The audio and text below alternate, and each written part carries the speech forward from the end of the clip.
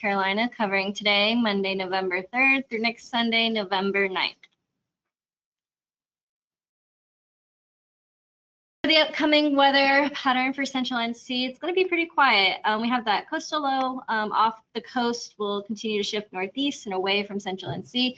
We do have a little bit of showers moving, still exiting the area. So Goldsboro, you probably see Rocky Mount just ended some rain as well. So that rain will continue to move east, clearing from, and then clouds will clear from the west to east today.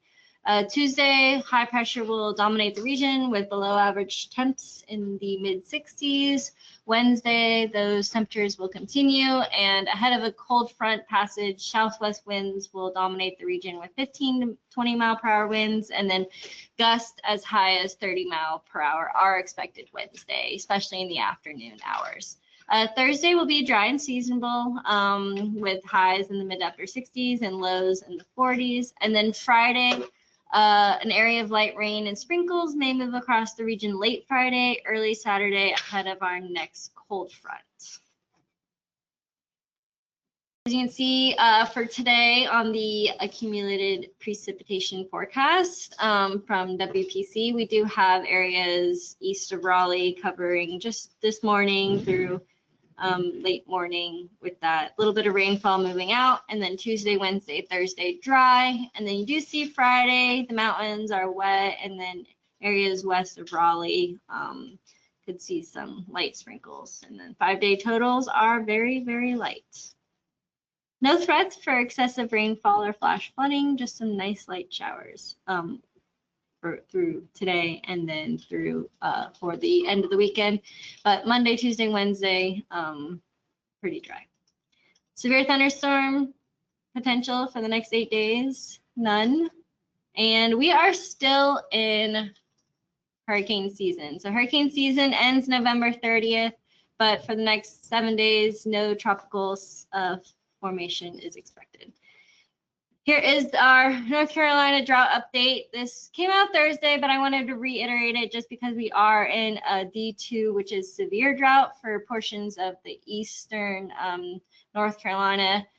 We did have some rainfall that could help this, so there's a meeting today, so we'll have the newest map updated on this Thursday briefing, so stay tuned, and we'll hopefully see these drought statuses drop one level or category. Here is our average first frost and freeze dates. So that's coming up. So in the northwest portions, our average first freeze dates of 32 or lower are generally in the Greensboro area, early November, and then Raleigh and Fayetteville mid-November. And then average first hard freeze, which is 28 degrees or lower, is again mid to late November, or if you're in the Sandhills or coastal plain, early December. So keep an eye on this because we do have some frost potential tonight and tomorrow, which I'll talk about in a minute. Here is our 8 to 14 day temperature precipitation outlook from the Climate Prediction Center covering November 10th through November 16th. So for those temperatures, we're seeing near normal temperatures favored and below normal precipitation.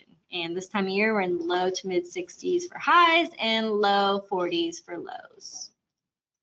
As I mentioned earlier, patchy frost freeze is possible tonight and tomorrow. So cover any sensitive plants that you have out there that you'd like to keep a little bit longer. And here is our weather summary for and expected impacts. So cool and below average temperatures and breezy on Wednesday again. If you're putting up Christmas decorations, Wednesday will be pretty gusty. So if you already put them up, you might want to make sure they're extra tied down. Dry and seasonable mid to late week with highs in the mid to upper 60s, and then possible light rain Friday night as ahead of a passing cold front, and then patchy frost possible tonight and tomorrow. So again, here is our weekly summary with maximum and minimum temperatures, and then I threw in some wind gusts there just to highlight some Wednesday, showing you that it's going to be pretty breezy on Raleigh. Thank you for joining us, and we will see you guys all on Thursday.